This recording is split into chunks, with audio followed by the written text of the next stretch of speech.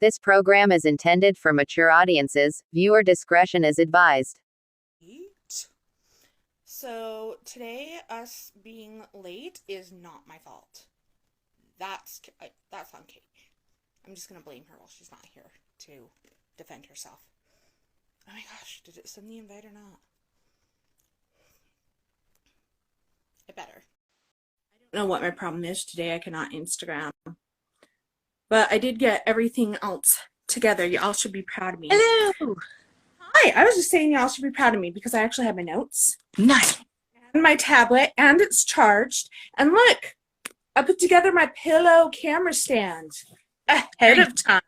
Yeah! I put freaking together today. Lasts. Okay, let's put this here. And I was also blaming you for us starting late, which is cool because we don't actually have anybody on. It's usually my fault, so I'm gonna take the beating.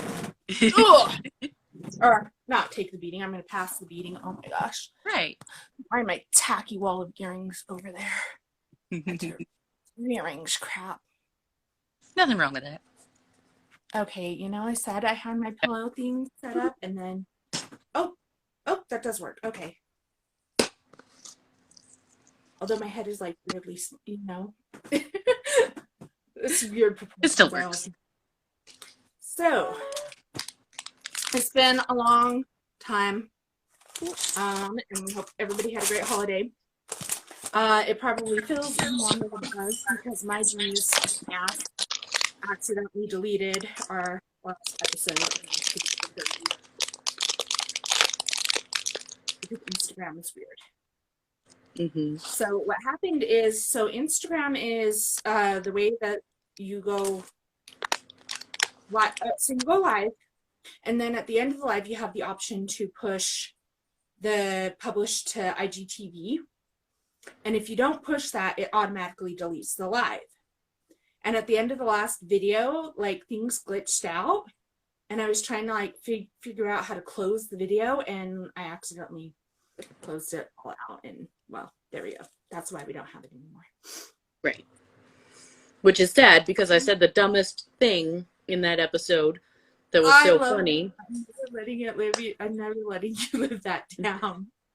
They died of being murdered. Or was it they had actually died of being murdered? Yeah, I think I said they had actually died of being murdered.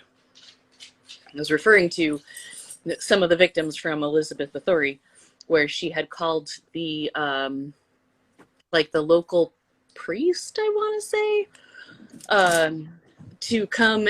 She would call him to come and get bodies of servant girls that had died, and she would always tell him that they had died from like some kind of illness that was. But one time he like opened the body bag or coffin or whatever she had put them in. She had already like put the bodies somewhere for him to just come and take them. So he usually didn't look at them. But he opened the coffin and looked, and it was like 3 girls, and they had clearly been murdered and not had died from this illness that she was claiming. And so I had said he opened the coffin and found that they had actually died of being murdered. So just a little recap for those of the deleted episode. So the only thing I am missing is having set a timer so that we know when to stop. And I'm going to see if I can actually manage this. Alexa, set alarm 8 p.m. 8 p.m. 8 p.m.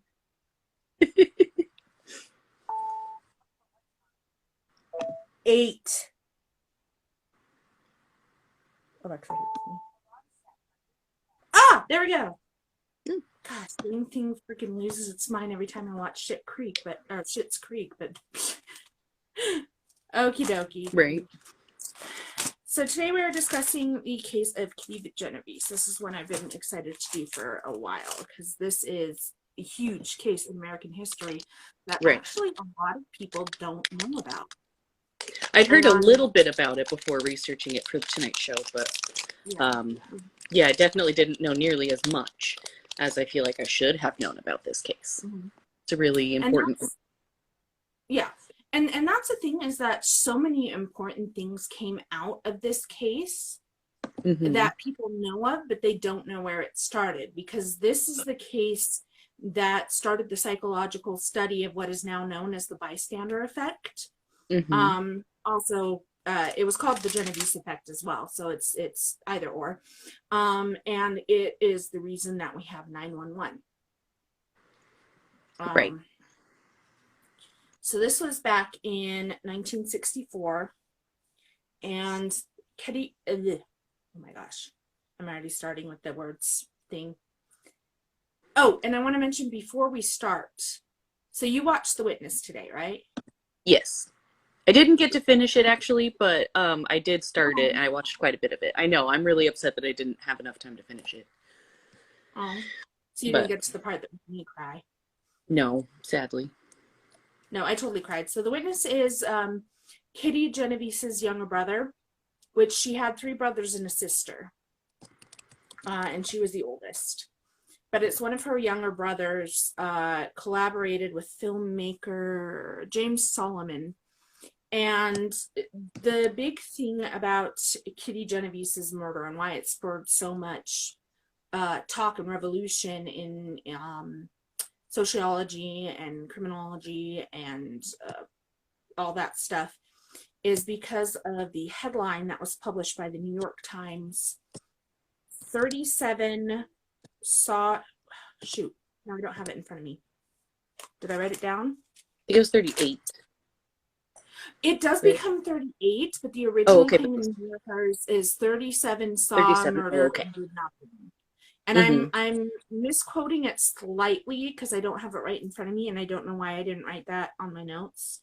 Whatever, it's on our Instagram. I have the headline, the original headline that I already posted. Oh, okay. And that rocked New York. So this was in the Kew Gardens in Queens, New York, that this happened. And yes, so it was later because there was a book that was written Mhm. by one of the top journalists on the case at the time. That was 38 Witnesses. Right. That's why I was thinking 38. So Yeah. I'm sorry for correcting you. So the original article said 37, but then when people talked it was 38. Mhm. So Kitty Genovese's younger brother Bill wanted to know who were these 38 people, and how could it be that 38 people saw what was happening and nobody did anything? Right. So The Witness becomes his journey to understand what happened, and there are so many things that are learned through that. And a lot of the notes that I did take, I mean, because I've studied the case for a while, because Mhm. it is, when you're into a true crime buff, you're going to come across it.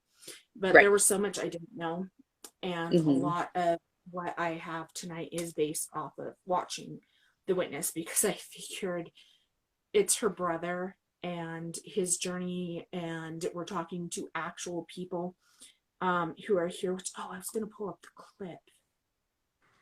I need to see if I can still do that.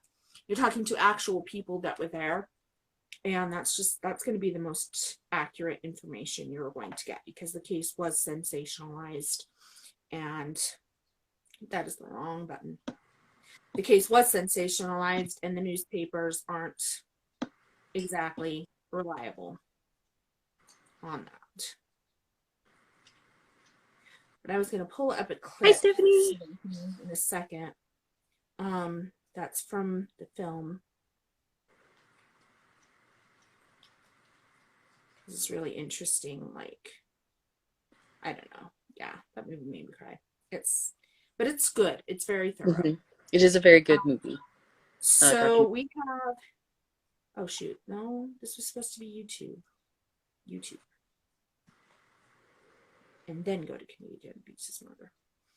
So Kitty Genovese was 28 at the time, and her family had originally lived in the Queens area of New York, but they felt that maybe it's here. They felt that the city was getting too dangerous, so they moved out to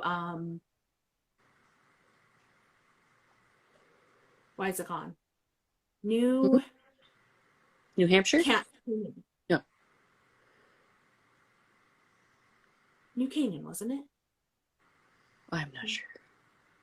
Well, they moved away from the city because they felt it was too dangerous, but Kitty was 18 at the time. So she was old enough to make her own choices and decided to stay in Queens, much to the chagrin of the family. And she lived, she was described in her life, like she was the person that everybody liked. One friend described her as the cut up and a very good mimic in the life of the party. And by good mimic, they meant she did impressions of their teachers in high school that everybody found really funny. And she was just a spitfire person. She was briefly married to a man named Rocco. And I thought his answer to her brother's inquiry was kind of assholeish. Like, yeah, the part where he says, you know, I don't want to be a part of this and I don't want my family to be a part of it is fine. But why did he have to throw in at the end, like, what happened between Kitty and I will always remain a mystery? Yeah, seriously. You don't want attention and that's how you end your letter? Like, don't be a dick. Right.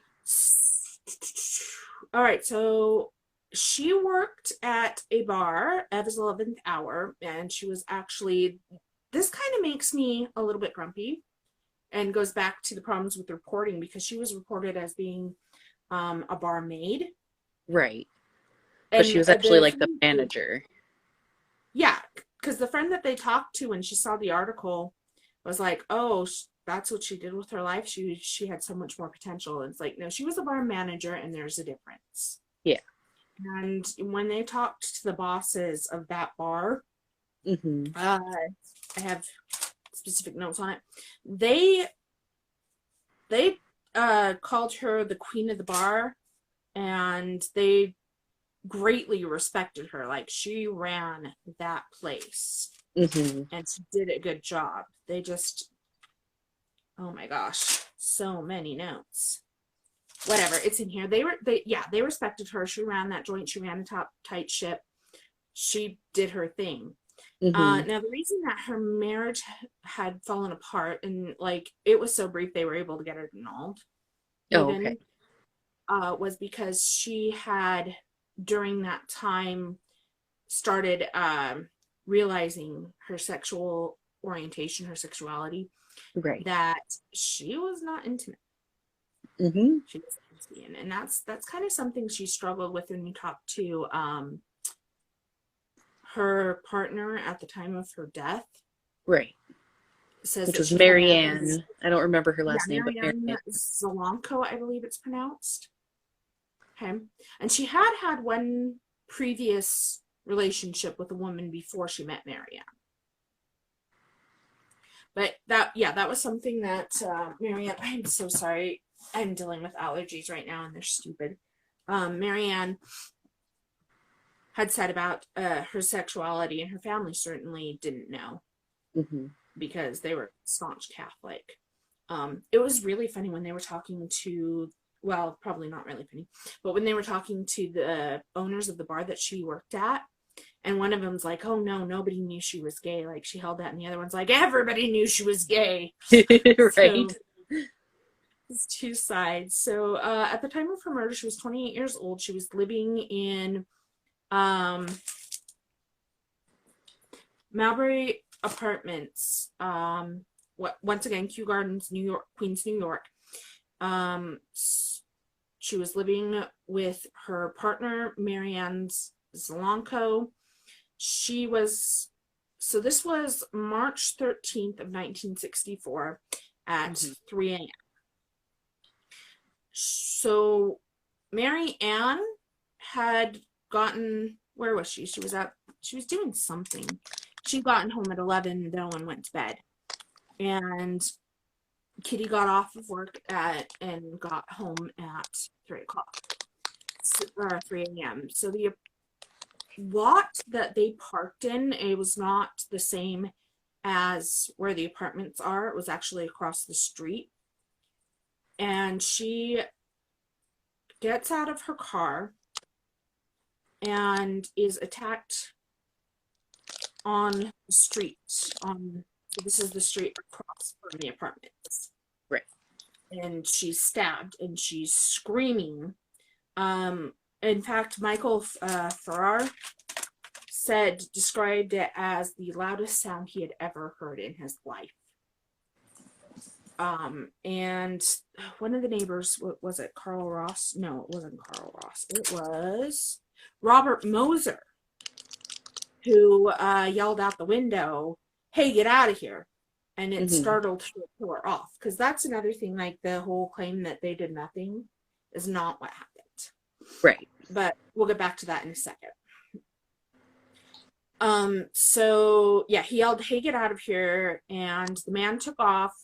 And the people who did see anything saw her get up and walk and thought that, oh, if she can get up and walk, she's okay, and this guy's gone. So she came around to the back of the apartments, and maybe if I like provide a visual, which will be oh so helpful to people for when we when I put this on the podcast. So the apartments where she was, the apartments came out like this on either side, and then the entrance was recessed here, and there's a cover, an awning there.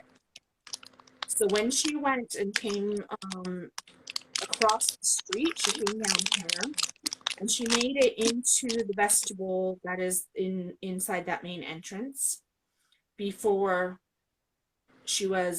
her attacker came back. So anybody who was along here, like, they couldn't see her. And somebody saw, like, a couple of accounts said, oh, we saw a man go back there, but they couldn't see what was happening. So a lot of people did hear, but didn't understand what was happening. Right. Because, like, there were some accounts that were saying, like, I thought it was a cat, I thought it was a baby crying. And that's part of the 38 witnesses, where the myth of the 38 witnesses comes in. I thought it was interesting in the film when Bill is talking to that one woman and her brother, they were kids at the time. And she was talking about, yeah, we heard the screams and mom and dad went to the window and didn't see anything, whatever. Like, when he says, okay, so you know that you're counted as one of the 38 witnesses. And she just, like, literally jaw dropped. She was just in utter shock. And I'm thinking of how that would be all those years later, because this was done on the 50th anniversary of her death. Right. If 50 years later, to realize that you were one of the people that they were, that they demonized in the article. Right. For not doing anything. Yeah. Like, you and your mom and your brother. Like, we're all.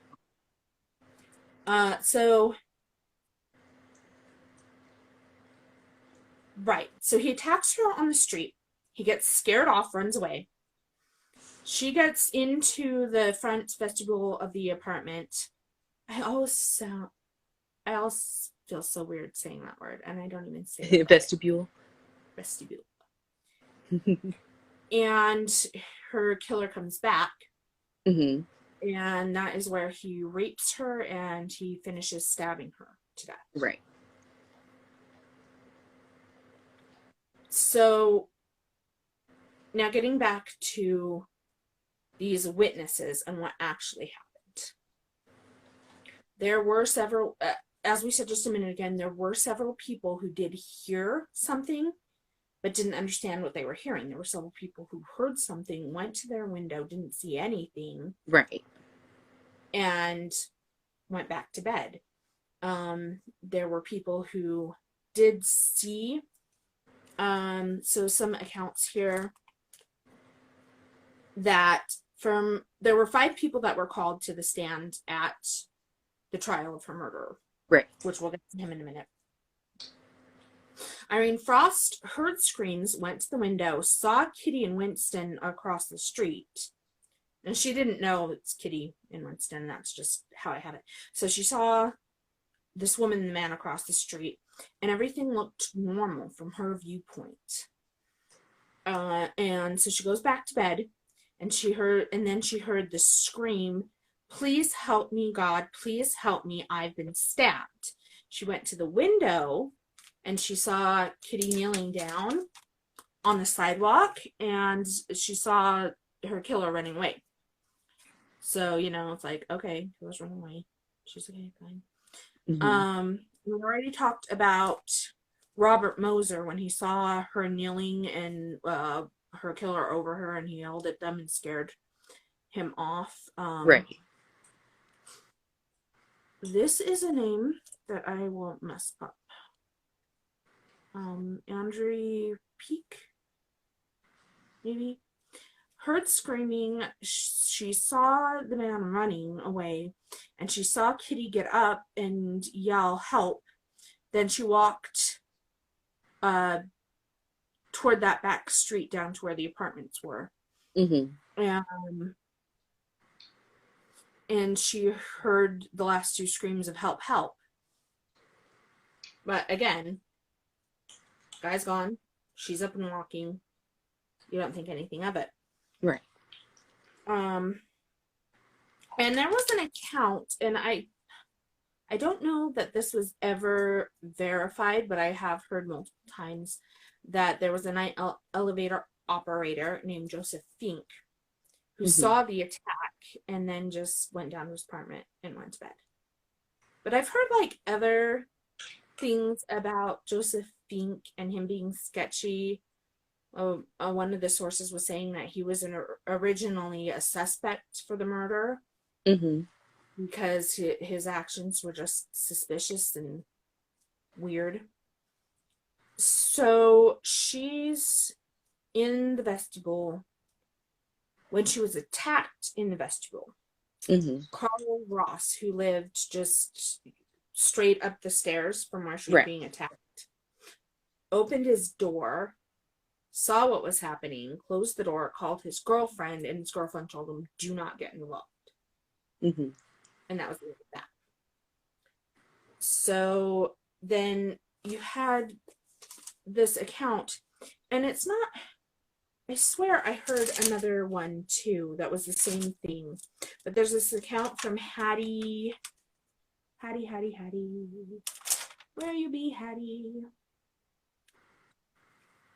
She said that she called the cops, and that the cops said, "Yeah, we've gotten the call." And she said there were several other people in the apartment who called the cops, and the cops said, "Yeah, we've got the call." There was another audio clip, and I can't remember where exactly I got it from. This guy was saying his dad called the police and told them there was a woman being attacked. And it wasn't, and no response. Calls again and is like, "Yeah, she's still screaming, she's still being attacked." No response. And it wasn't until like 2 hours after that initial phone call was made that the police actually showed up. Wow. So it's really interesting that when Bill looked into the police logs, there wasn't really anything except for the one call that actually did get the police to come, because there were so many accounts of people saying, "No, we called and this is what the police did." Right. And he said like all of them were gone when he asked for the phone records from the police. Yeah. And there was that clip of Bill Clinton during his presidency when he was talking about just the state of how we don't take care of each other. And he's like, at the time there was a 2-minute police response time, and I'm going, okay, but there are accounts where people are saying they called and it was 2 hours later before the police came. Right. So there was some ball droppage there. Oh yeah. Now her friend Sophie Ferrer they heard the screams. Did not know it was Kitty. Her and her husband looked out the window, and she's the one that her son was saying about how it was the loudest sound he ever heard. Mm-hmm. But her and her husband looked out the window, and they didn't see anything. And then Sophie got the call that Kitty was in the stairwell bleeding. And I'm trying to see if I can pull up real quick his actual words when he was talking about this. But yeah, she got the call, and she told her husband that, oh, here he is. Okay, hold on a second. Yes, told her husband, Kitty's in the hallway bleeding, grabbed her jacket and ran out the door. And her husband was like, wow, wait, let me get my pants on and get dressed and get there. And when she got there, Kitty was actually still alive. And Kitty tried to say something, but all that came out was this gurgling sound. And so she ended up dying in Sophie's arms. Let's see. Saw or heard the attack. The headline said they saw it, and not one lifted a finger. But now comes a documentary called Oh, for the love of everything, Homely. I had it queued up like 2 seconds ago, and now it backtracked on me. Okay, so this is the sign. Mother had to push the door in to get in. She held her, and she could feel the stab wounds in her back, and her hands kept going, still fighting.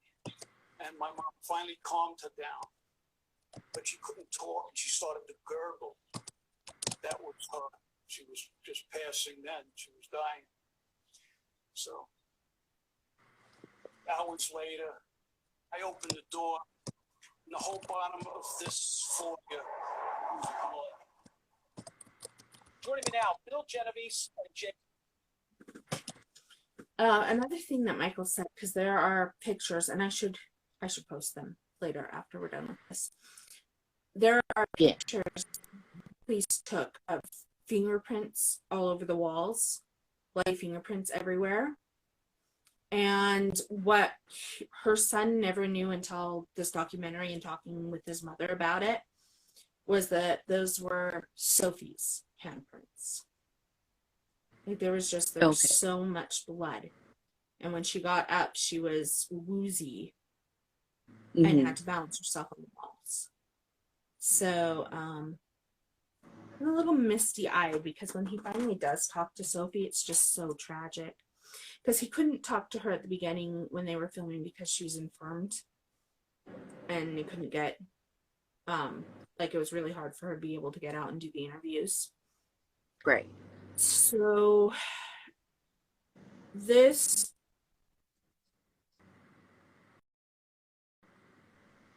They were so upset that they didn't even attend the trial. Mm-hmm. I was trying to get one. Excuse me for 1 second while I look this up real quick.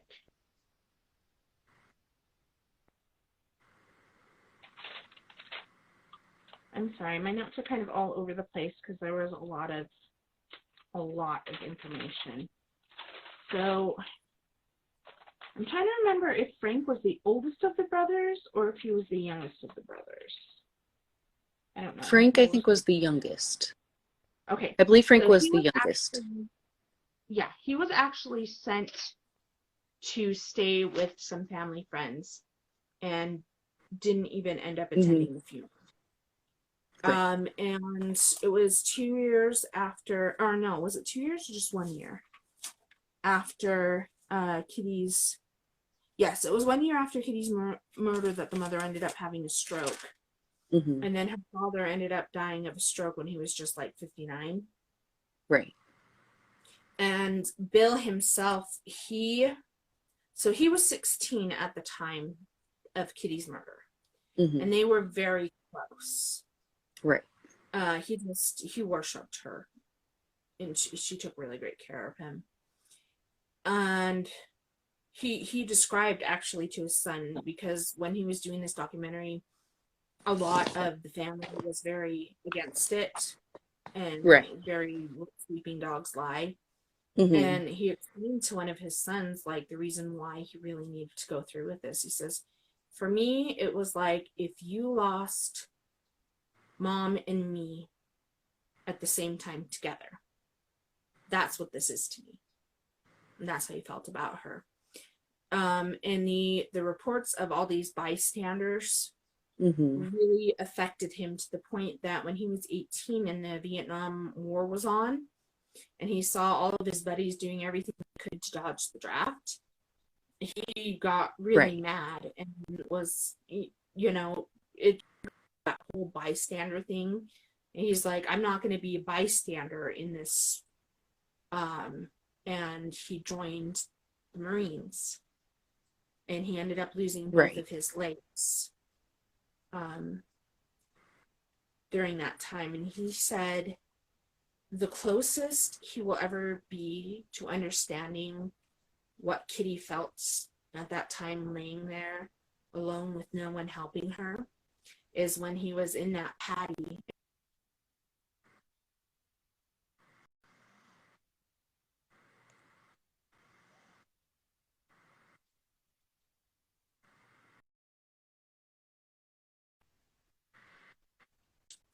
So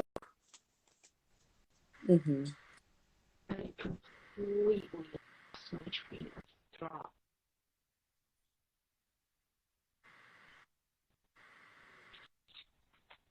Oh, Hattie Grunt. That was the woman they talked to who said there were all those phone calls made.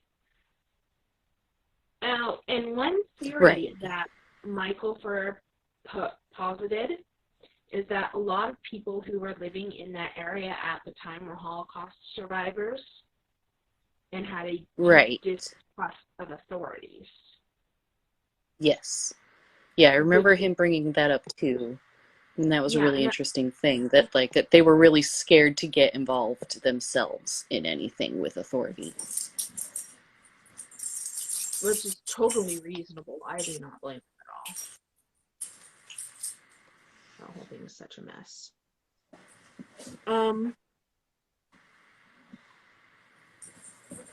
Oh, so it was 20 minutes after they heard the initial screams that Sophie got the call about Kitty. Okay. And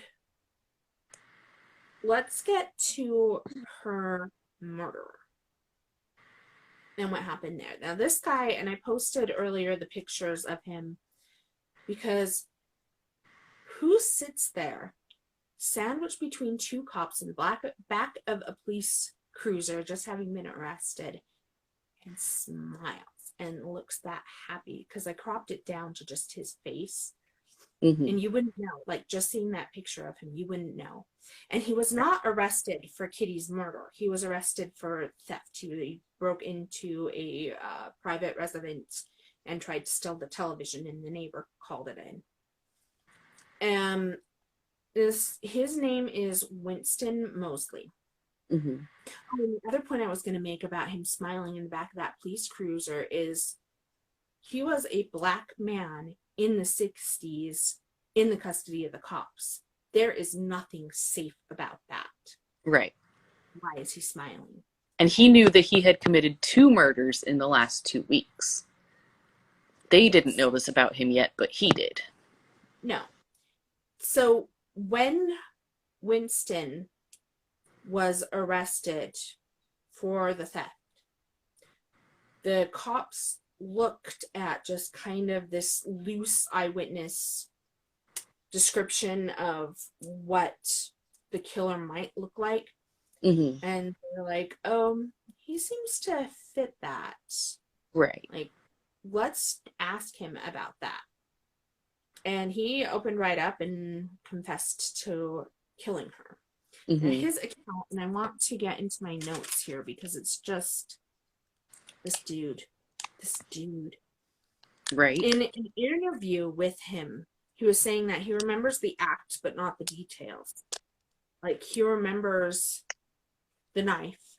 and stabbing her, but Mhm. there's no feeling associated with it Right. or how it dies.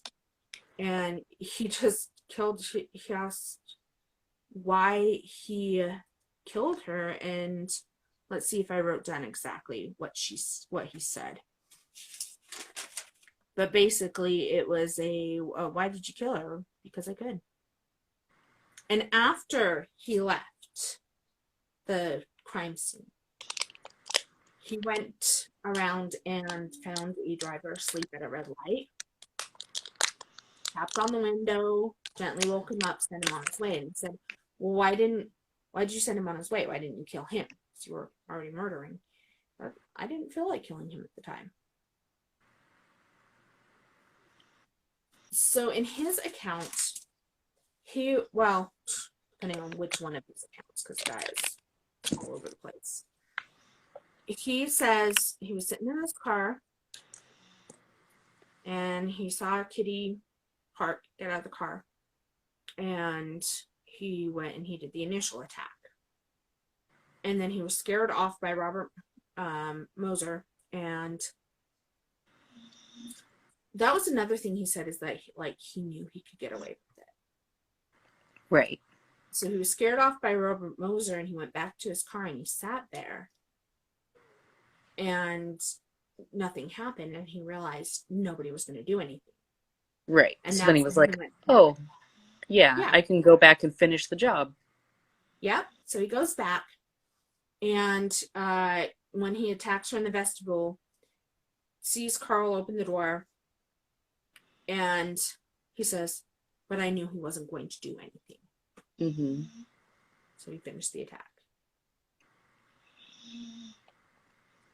And it's true, because Carl opened the door, but then he closed it again and went back inside. Yep.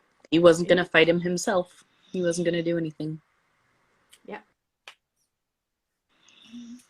So this guy is, the police described him as cold and manipulative. What was the other word? Cold, manipulative, and intelligent. So he was actually 135. And that is a Mensa level IQ. Their base IQ was 132. Their base requirement is IQ of 132. And he had 2 children, good marriage, good job, everything going for him. He just felt the need to kill. Mm-hmm. And during this time with confessing to the murder of Kitty, as you had mentioned before, he killed another woman who was Annie Mae Johnson. Mm-hmm. So she pulls up to her home at night, gets out of the car, he goes up to her, shoots her 4 times in the stomach, rolls her into her house, and raped her while her family was sleeping upstairs. Mm-hmm. And this goes back to you hear something, but you don't know what it is you heard. Because it was right outside their house, and gunshots are loud, which I know you fired a gun, but anybody else, if they never fired a gun, there's a reason you have to have protective earwear when you're out shooting. It's very loud.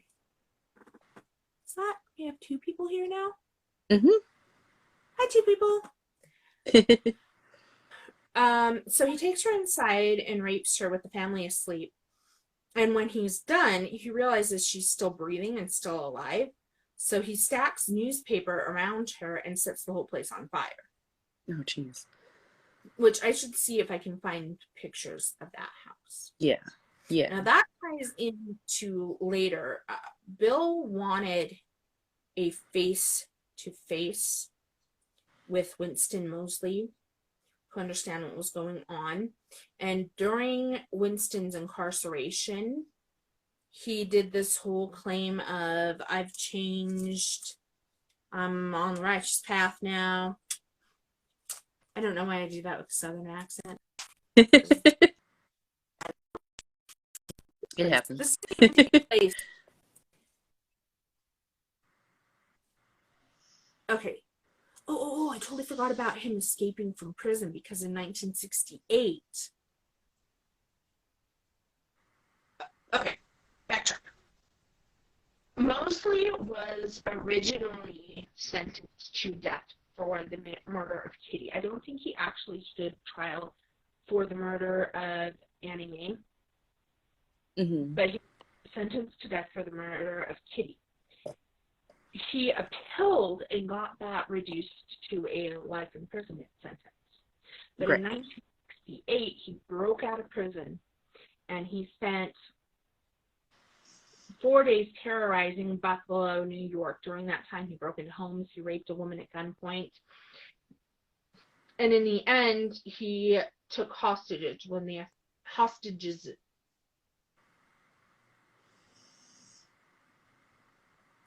I don't know why I can't say that. He took people when the FBI caught up to him. Right. But then after that, he actually did get his sociology degree while in prison. He finished that in 1977. And that's after that is when he wrote an article claiming he was reformed. And then Bill wanted to have a face-to-face with Mosley. Mostly to ask what his life had been like and what, how the murder impacted his life, and just some answers as to understand why this guy killed his sister and how that impacted his life. And Winston declined communications, and I shouldn't laugh because it really pisses me off, and apparently I laugh when I'm really pissed off, because he said in a letter that he wrote to Bill as to why he wouldn't do the communications that he was tired of being exploited. What bullshit. The person who was exploited in all of this was Kitty. Right. And it's a very fine line that's being walked. And this is something that Bill actually said about what the police told the New York Times reporter that ended up in the 37 saw murder and did nothing headline. Right. Was that he felt there was a story that needed to be told about the apathy in crime, and they found an avenue to tell it. So it is this fine line that she really was exploited for this narrative, but at the same time, the narrative needed to be told. Right. And we have 911 now because of that. Right. Winston Mosley. I'm tired of being exploited. Well, who wrote the fucking article? Who was the one who did that? I'm reformed. Whose choice was that? Now, yeah, seriously. I found really interesting and really sad because Mosley's son, Reverend Stephen Mosley, did meet with Bill. And he was terrified. He was genuine, you could see it in his face in the interview. He was terrified because his whole life he had been raised to believe that his father was not completely justified, but there was a reason why he attacked Kitty, because Mosley had told him that he snapped when she was using racial slurs against him. To which everyone counters, okay, but what about Annie Mae, because she was black? What's your claim there? Right. And the kids were told, I think it was actually the family in general, but this is just coming from one of the son's perspectives. They were told that these Genovese, Kitty Genovese and her family came from the crime family, Genovese. And that this crime family was going to come and hunt them down, and there would be a day when they were murdered by this family as revenge for the murder of Kitty Genovese. What kind of messed up... This is where it goes back to the police saying he is so manipulative. Right. because he completely turned this on his head and made his own family fear. For this completely innocent family who was so heavily devastated by the loss of Kitty. Mm-hmm. And he made them the bad guys. Messed up. In the end, and I really hope that having that interview with Bill for the son, Reverend Stephen Mosley, Mm-hmm. I hope that impacted his life and at least gave him the relief that there isn't some crime family out there trying to kill him or his family. Right. I really hope that helped him, but at the same time, like, it's so messed up, and then to try and figure out like who's telling the truth. Mm-hmm. So after all of this, at the end of everything, Winston Mosley ends up writing Bill a letter. And in it, he claims that he wasn't actually the murderer, he was the getaway driver. And that there was this crime boss named Dominic, who was the one who killed Kitty. And Winston didn't know that he was killing Kitty, that he just saw Dominic hitting her and didn't realize he had a knife when he was doing it. And then he got back in the car and like threatened him and his family if he said anything. This is 50 years later. Right. What's he been doing? I don't changed my ass. Yeah. It doesn't match any of the eyewitness accounts at all. Yeah. So in the very end, and this is the quote that this is where I ended up crying, because Bill does get to talk to Sophie Ferrer, and she says, "When I came in, I will never forget the black. It kills me when I think about it. Black leather gloves and all cuts all through the gloves on both hands.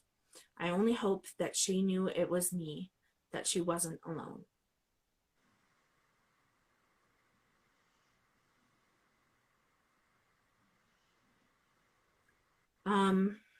Winston ended up serving the rest of his life in prison.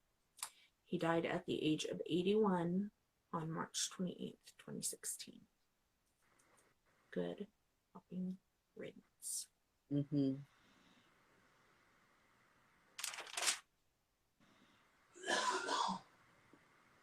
Let me check where we're at on time. I think we still have a few minutes.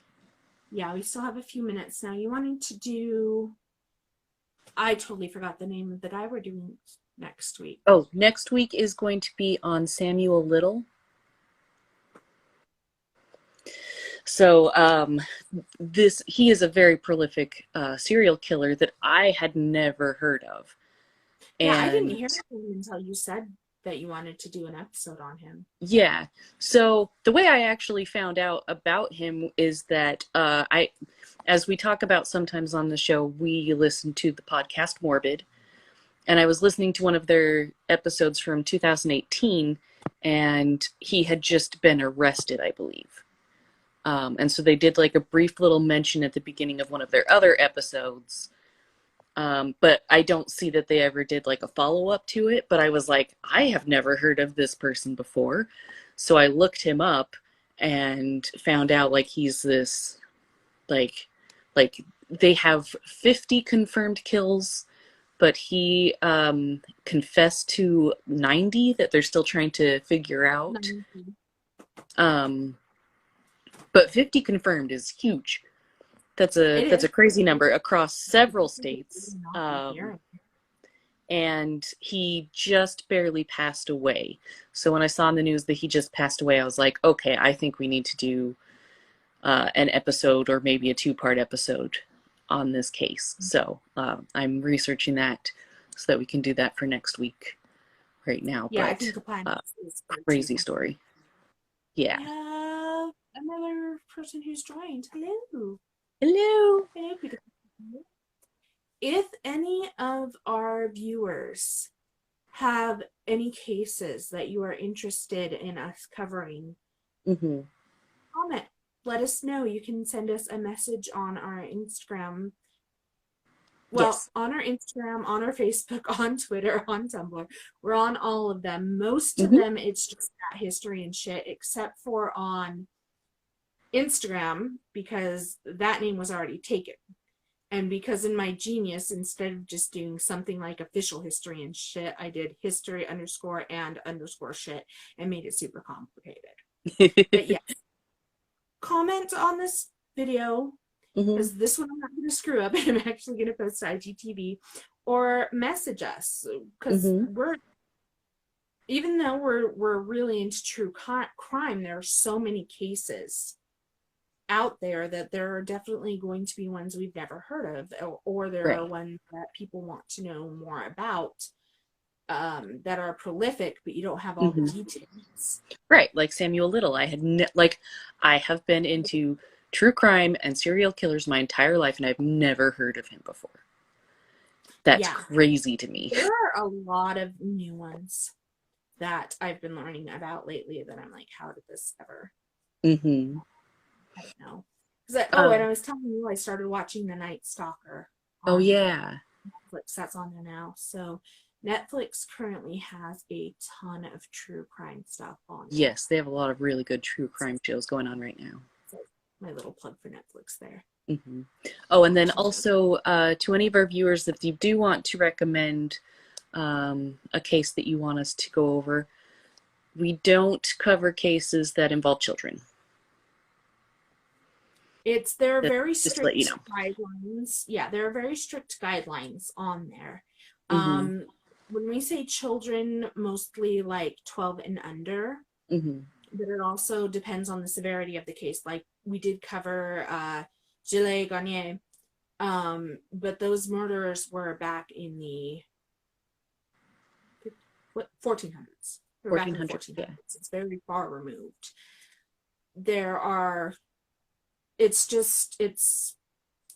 For me, it's a trigger issue from what I went through with my pregnancy, and any children that are around the same age as my child messes with me.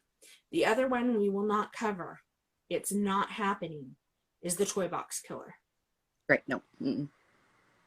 If you are interested in the toy box killer, Morbid has episodes on it. Bailey Sarian does, she's on YouTube. She does a cover of it.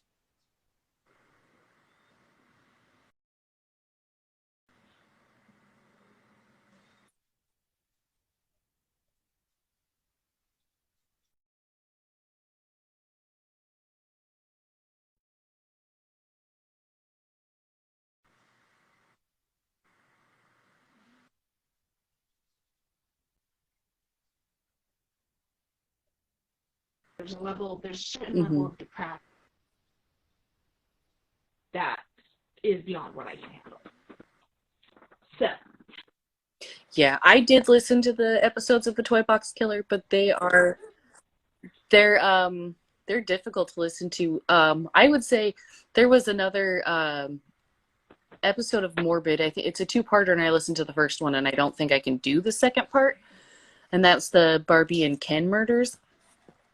That one really got to me. So I think that's one that we're probably not going to cover because that one was pretty hard. I'll have to listen to that. But I mean, if we get a lot of people asking us to, maybe. But I'm on the fence about what was that? I said I'm on the fence about Wesley Island. That may happen, and it is a child one, and it is brutal. But as I mentioned in an episode before, what got me into true crime, I never stood a chance, because when I was 4 and my brother was 8, and that's the brother that Kate used to be married to, my brother was almost abducted by Wesley Island. Yeah. So it's that we may cover, because there's just that. It's freaky. So freaky. Mm-hmm. All right. I think we covered everything we needed to cover. We didn't get too ranty on this one. there is a wealth of information on this case, which is really nice. Because some Mhm. cases it's very hard to find information, and the information is all over the place. I highly Right. recommend. Oh, that's the alarm, so that means we're going to be signing off soon.